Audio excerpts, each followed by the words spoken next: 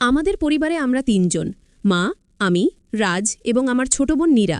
মা একটি সরকারি চাকরি করেন এবং বাবার সম্পর্কে আমাদের জীবনে কোনো খবর নেই। শহরের কোলাহল থেকে একটু দূরে আমাদের বাড়িটি একান্ত একটি জগৎ। মা সকালবেলা কাজে বেরিয়ে যাওয়ার পর আমাদের বাড়িতে একা থাকার অভিজ্ঞতা শুরু হয়। একমাত্র সঙ্গী আমি আর নীরা। তার বয়স মাত্র 10 বছর, কিন্তু সে যে কতটা স্মার্ট এবং বুদ্ধিমান তা বোঝা কঠিন। একদিন সকালে মা কাজের জন্য বেরিয়ে গেলেন। মা চলে যাওয়ার পর আমি বাড়িতে একা বসেছিলাম। একা থাকতে থাকতে মাথায় নানা আজেবাজে চিন্তা আসতে শুরু করলো। এমন সময় হঠাৎ করেই দেখি নীরা গোসলের জন্য বাথরুমে ঢুকেছে। একটি অদ্ভুত চিন্তা মাথায় ঘুরতে লাগলো। মোবাইল ফোনটি হাতে নিয়ে আমি নীরার গোসলের ভিডিও করতে শুরু করলাম। সেই মুহূর্তে আমি কি করছিলাম তা আমি জানতাম না। রাতে একা বসে সেই ভিডিওগুলো দেখতাম এবং অদ্ভুত আওয়াজ করতাম। জানতাম এটার কোনো সঠিকতা নেই, কিন্তু আমার মন তখন অনেক অদ্ভুত এবং মজাদার চিন্তা চলছিল। কিন্তু একদিন ঘটে গেল একটি অপ্রত্যাশিত ঘটনা। আমি যখন ভিডিও দেখছিলাম, হঠাৎ করেই নীরা চিৎকার করে উঠল। মা জানালার ফাঁক দিয়ে দেখে নিলেন আমি মোবাইলে কি দেখছি এবং অদ্ভুত আওয়াজ করছি। মা তখন দ্রুত আমার দিকে নজর দেন। নীরা তখন বুঝতে পারে কেউ হয়তো তাকে লুকিয়ে দেখছে। তার মনে সন্দেহ জাগে, কিন্তু সে সরাসরি কিছু বলতে পারল না। রাজ, তুমি কি করছো? নীরা প্রশ্ন করে। আমি কিছু বলার চেষ্টা করলাম, কিন্তু ভাষা আটকে গেল। আমাদের মধ্যে তখন অদ্ভুত একটি নীরবতা বিরাজ করছে। নীরা বুঝতে পারো যে কেউ হয়তো তাকে লুকিয়ে দেখছে, কিন্তু বাইরে এসে কাউকে দেখল না। নীরা সবসময় খুব বুদ্ধিমতী। সে জানো কিছু একটা ভুল হচ্ছে, কিন্তু সে আমাকে সরাসরি কিছু বলতে পারল না। আমার কাছে মনে হলো যা ঘটছে তা আমাদের মধ্যে রয়ে যাবে, কিন্তু ভিতরে ভিতরে আমি জানতাম এটি আমাদের জীবনের নতুন অন্ধকারে নিয়ে যাবে। এভাবে সময় যেতে লাগলো। আমি আরও কিছু করতে লাগলাম। কখনো মনে হতো নীরা জানে আমি কি করছি, কখনো আবার মনে হতো সে কিছুই জানে না। এর মধ্যে নীরা তার ছোট বন্ধুদের সাথে খেলতে চলে যেত, কিন্তু আমি পিছনে থাকতাম তাকে লুকিয়ে দেখার অদ্ভুত অনুভূতি নিয়ে। আমার কাছে তখন সবকিছু অদ্ভুত লাগছিল। বাড়িতে একা থাকার সময় আমি নীরাকে নিয়ে আরও অনেক আজেবাজে চিন্তা করতে লাগলাম। এই ঘটনা আমাদের সম্পর্কের মধ্যে অদ্ভুত উত্তেজনা তৈরি করছিল, যার পরিণতি আমরা কেউই বুঝতে পারছিলাম না। সময় যেতে যেতে আমি বুঝতে পারছিলাম যে নীরার প্রতি আমার এই অদ্ভুত আকর্ষণ কেবলমাত্র একটি ক্ষণিকের ব্যাপার নয়, বরং এটি যেন আমার অন্তরে অদৃশ্য সুতো দিয়ে বাঁধা ছিল। তার ইনোসেন্টলি জীবনযাপন, তার হাসি এবং সে যখন খেলাধুলায় ব্যস্ত থাকে, সবকিছুই আমাকে আরও গভীরভাবে টানে। একদিন মা অফিসে যাওয়ার সময় আমাকে বললেন, রাজ, তুমি বাড়ির খেয়াল রেখো আর নীরার খেয়ালও। আমি মাথা ঝোঁকানোর সাথে সাথে নীরা আমার দিকে কৌতূহলী দৃষ্টিতে তাকালো। মা চলে যাওয়ার পর আমাদের মাঝে কেবল নীরার খেলা আর আমার অদ্ভুত চিন্তাভাবনা। নীরা তখন বাথরুমে গিয়েছিল। আমি আবারও মোবাইল ফোনটি হাতে তুলে নিলাম। আজকের ভিডিওটি ভিন্ন হবে। আমার মন তখন এই চিন্তাভাবনার দিকে গতি পাচ্ছিল। সে যখন গোসল করতে ব্যস্ত, আমি সুযোগ নিলাম, কিন্তু আজ আমার মনে অদ্ভুত এক দ্বন্দ্ব চলছিল। আমি জানি এটা ঠিক নয়, কিন্তু আগের মতো আর নিজেকে আটকে রাখতে পারছিলাম না। ভিডিওটি শুরু করার পর হঠাৎ করে নীরার ভয়ানক চিৎকার শুনলাম। আমি মুহূর্তেই বিপ্রস্ত হয়ে গেলাম। রাজ, তুমি কি করছো? তার গলার আওয়াজে আমাকে যেন সজাগ করলো। আমার মনে হলো সে সবকিছু বুঝতে পারছে। এরপর আমি ফোনটি দ্রুত বন্ধ করে দিলাম। নীরা খোঁজ খবর নিতে বাইরে বের হলো। সে চিন্তিত মুখে বলল, তুমি আমাকে কেন দেখছো? আমি কিছু বলতে পারলাম না, শুধুই হতাশা ও গোপন অপরাধ বোধে ডুবে গেলাম। নীরা আমার দিকে তাকিয়ে রইল। আমি জানি তার মনে সন্দেহ ছিল, তবে সে সরাসরি কিছু বলল না। কিছু সময় পরে সে অন্যদিকে মনোযোগ দিতে চেষ্টা করলো, কিন্তু সে কি জানে আমি আবারও তাকে লুকিয়ে দেখার পরিকল্পনা করেছি? নীরা যখন তার বন্ধুদের সাথে খেলতে বেরিয়ে গেল, আমি জানালার ফাঁক দিয়ে তাকে দেখছিলাম। তার সঙ্গে খেলা আর হাসি, কিছু একটা আমার ভিতরে জেগে উঠছিল। প্রতিদিনই আমাদের মধ্যে একটি অদ্ভুত দূরত্ব বাড়ছিল। আমি জানি এটা ভুল হচ্ছে, কিন্তু আমি কিছু করতে পারছিলাম না। নীরার মনোজ্ঞ হাসি আমার মনে একটা অস্বস্তি তৈরি করছিল। যখন সে আমার সামনে এসে দাঁড়াতো, আমি অনুভব করতাম যেন সে জানে আমি তাকে লুকিয়ে দেখছি, কিন্তু সে কিছু বলতে পারছিল না। সেই দিনগুলোতে আমি একটি গোপন রহস্যের মধ্যে প্রবেশ করলাম, যা আমাদের সম্পর্ককে আরও জটিল করে তুলেছিল। এরপর থেকে আমার কার্যকলাপগুলি আরও গোপনে চলে যেতে লাগলো। আমি ভেবেছিলাম যদি কখনো সে সত্যটা বুঝতে পারে তাহলে কি হবে, কিন্তু আমার মনে সেই অদ্ভুত আকর্ষণ ক্রমাগত বেড়ে চলছিল। মাঝে মাঝে নীরা আবার আমার দিকে তাকিয়ে থাকতো। মনে হতো সে কিছু বুঝতে পারছে, কিন্তু কখনো কিছু বলতো না। আমি জানি আমাদের মধ্যে কিছু একটা অস্বাভাবিক ঘটছে। এর মাঝেই আমাদের মাঝে একটি অদ্ভুত শক্তি তৈরি হচ্ছিল, যা আমাদের সম্পর্ককে অন্ধকারের দিকে নিয়ে যাচ্ছিল। কিছুদিন পর নীরা তার বন্ধুর সাথে খেলাধুলা করে ফিরে আসার পর আমার প্রতি আরও কৌতূহল প্রকাশ করতে লাগলো। তার সজাগ দৃষ্টি যেন সবকিছু উপলব্ধি করছিল। একদিন যখন সে বাইরে থেকে ফিরে এলো, সে আমার দিকে তাকিয়ে বলল, রাজ, তুমি কি আমাকে জানলা দিয়ে দেখছো? আমি কিছু বলার চেষ্টা করলাম, কিন্তু কোনো শব্দ বের হলো না। হৃৎপিণ্ডের ধূপকানি যেন আমার কানে কানে ভাজছিল। নীরা একটু এগিয়ে এসে বলল, তুমি কি আমাকে লুকিয়ে দেখছো? আমি তখন মাথা নিচু করে রইলাম। নীরা বলল, আমি জানি তুমি আমাকে লুকিয়ে দেখছো। আমি তোমার জন্য খারাপ কিছু মনে করছি না, কিন্তু কেন? তার প্রশ্ন আমাকে আরো ভাবনার মধ্যে ফেলে দিল। আমি বুঝতে পারছিলাম আমার জন্য এই বিষয়টি কতটা জটিল হয়ে দাঁড়িয়েছে। একদিকে নীরার ইনোসেন্সি, অন্যদিকে আমার অদ্ভুত আকর্ষণ, সবকিছুই যেন আমাকে চাপে ফেলছিল। দিনগুলো যেতে থাকলে আমি নীরার কাছে নিজেকে আরো বেশি সন্দেহজনকভাবে তুলে ধরছিলাম।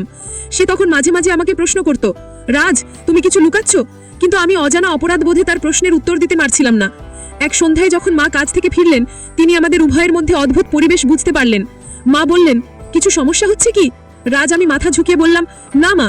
ও কিন্তু নীরা তখন আমার দিকে এক দৃষ্টিতে তাকালো, যেন সে কিছু জানতে চায়।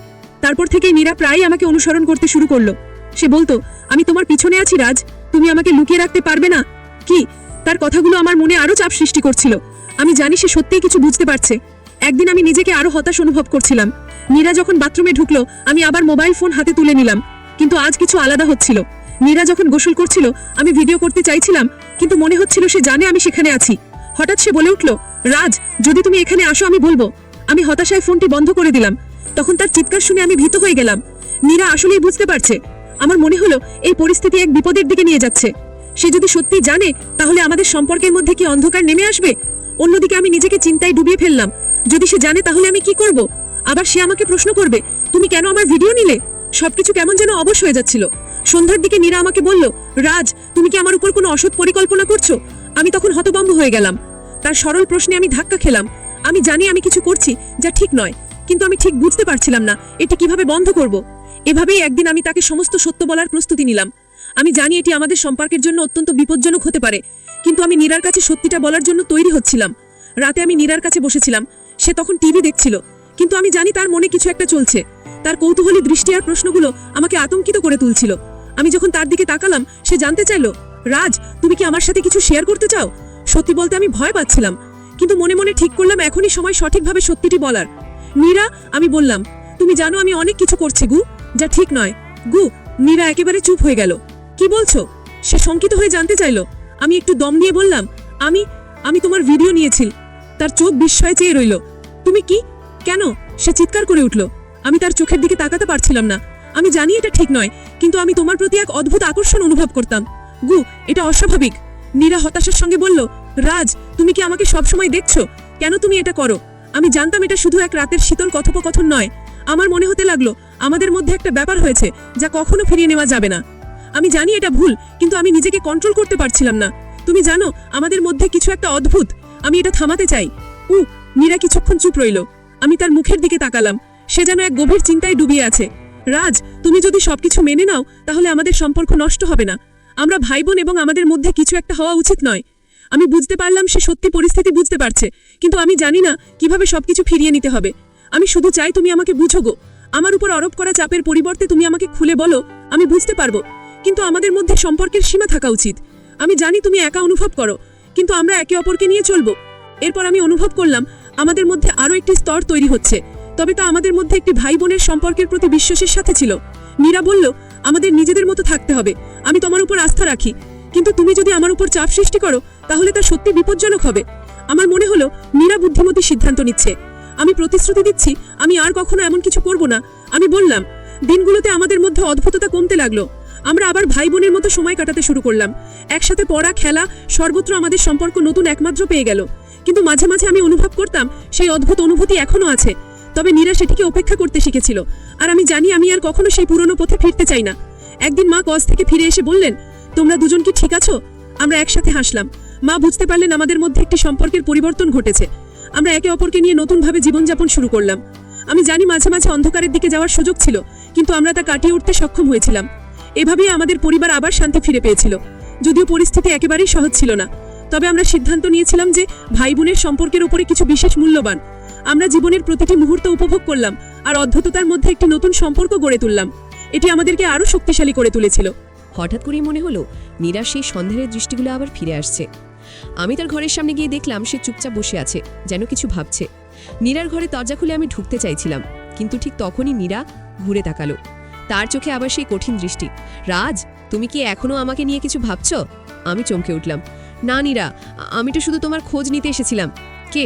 তুমি কি সত্যি বলছো? তোমার চোখ আমাকে বলছে তুমি আবারও কিছু করছো গো। নীরা ধীরে ধীরে এগিয়ে এলো। তার মুখের অভিব্যক্তিতে স্পষ্ট হয়ে গেল সে আবারও সন্দেহ করছে। আমি বললাম, আমি সত্যিই প্রতিশ্রুতি দিয়েছি নীরা, আর কোনো ভুল করব নাকি। কিন্তু সে আমার কথা পুরোপুরি বিশ্বাস করতে পারছিল না। আমাদের মধ্যে তখন এক অদ্ভুত নীরবতা বিরাজ করছিল। এই নীরবতাই যেন আমাদের সম্পর্কের এক অন্ধকার প্রান্তের দিকে নিয়ে যাচ্ছিল। এরপর কয়েকদিন পেরিয়ে গেল। একদিন মা হঠাৎই অফিস থেকে ফোন করলেন। মা বললেন, আজ রাতে খুব জরুরি মিটিং আছে, আমি ফিরতে দেরি করব, তোমরা দুজন ভালোভাবে থেকো গো। মায়ের অনুপস্থিতিতে নীরার মন খারাপ লাগছিল। সে বারবার আমার দিকে তাকাচ্ছিল, যেন সে কিছু বলতে চাইছে। আমি তার মনোভাব বুঝতে পারছিলাম, কিন্তু কিছু বলতে সাহস পাচ্ছিলাম না। রাতে যখন ঘুমানোর সময় হলো, আমি নীরার ঘরের দরজার সামনে এসে দাঁড়ালাম। হঠাৎ করেই আমি আবারও সেই অদ্ভুত তাড়না অনুভব করলাম। আমি জানি এটি ঠিক নয়, কিন্তু কিছু একটা আমাকে টেনে নিচ্ছিল। আমি দরজার ফাঁক দিয়ে তাকালাম এবং দেখলাম নীরা শুয়ে আছে, কিন্তু সে তখনও জেগেছিল। আমার দৃষ্টি ওর দিকে আটকে গেল। সেই মুহূর্তে আমি আবারও ভেতরে এক অস্বাভাবিক আকর্ষণ অনুভব করলাম। ঠিক তখনই নীরা ধীরে ধীরে উঠে বসল। রাজ, তুমি কি আবারও আমাকে লুকিয়ে দেখছো? আমার হৃৎপিণ্ড শক্ত হয়ে গেল। সে ধীরে ধীরে এগিয়ে এসে বলল, তুমি প্রতিশ্রুতি দিয়েছিলে, কিন্তু আমি বুঝতে পারছি তুমি নিজেকে আটকে রাখতে পারছো না। কি হয়েছে রাজ? আমি কিছু বলতে পারছিলাম না। নীরার কথাগুলো আমার সমস্ত অপরাধ বোধকে জাগিয়ে তুলল। আমি জানি নীরা। আমি বললাম, কিন্তু আমি চেষ্টা করছি। আমি তোমার থেকে দূরে থাকতে চাই গো নীরা। নীরা কিছুক্ষণ চুপ করে রইল। তারপর বলল, রাজ, আমি বুঝতে পারছি তুমি কষ্ট পাচ্ছ, কিন্তু আমাদের এটা বন্ধ করতে হবে। আমরা এমন অবস্থায় পৌঁছে যাচ্ছি যেখানে আমরা একে অপরকে নষ্ট করে ফেলব। তোমার উচিত নিজের নিয়ন্ত্রণ নেওয়া রাজ। আমাদের সম্পর্ক স্বাভাবিক হোক, এটাই আমি চাই। আমি তার কথার গুরুত্ব বুঝতে পারলাম, কিন্তু আমার ভেতরে দ্বন্দ্ব যেন আমাকে ছেড়ে যেতে চাইছিল না। এরপর সেই রাতে আমি আমার ঘরে ফিরে গেলাম। সবকিছু যেন এক গোপন ভয় এবং অসহায়তে আচ্ছন্ন হয়ে পড়ল। কিন্তু গল্প এখানেই শেষ নয়। কিছুদিন পর নীরা হঠাৎ করে আমার সামনে এসে দাঁড়ালো। তার হাতে একটা ডায়েরি ছিল। রাজ, তোমার এই কাজের পেছনের কারণ আমি জানি, সে বলল। আমি চমকে উঠলাম। তুমি এই ডায়েরিতে লিখেছ এবং আমি তা পড়েছি গো। আমি পুরোপুরি বিপর্যস্ত হয়ে গেলাম। নীরা যেন তার চোখে ছিল গভীর কৌতূহল এবং চাপা দুঃখ। তুমি নিজেই জানো আমাদের এমন কিছু করা উচিত নয়, কিন্তু আমি এখনো তোমাকে ক্ষমা করতে পারি যদি তুমি আমার কথা শোনো গো। আমি মাথা নিচু করে বললাম, আমি সত্যি চেষ্টা করব নীরা, আমি প্রতিশ্রুতি দিচ্ছি। এবার আমি সত্যি নিজেকে বদলাবো গো। নীরা চুপ করে রইল, কিন্তু তার মুখে একটা স্বস্তির ছাপ ফুটে উঠল।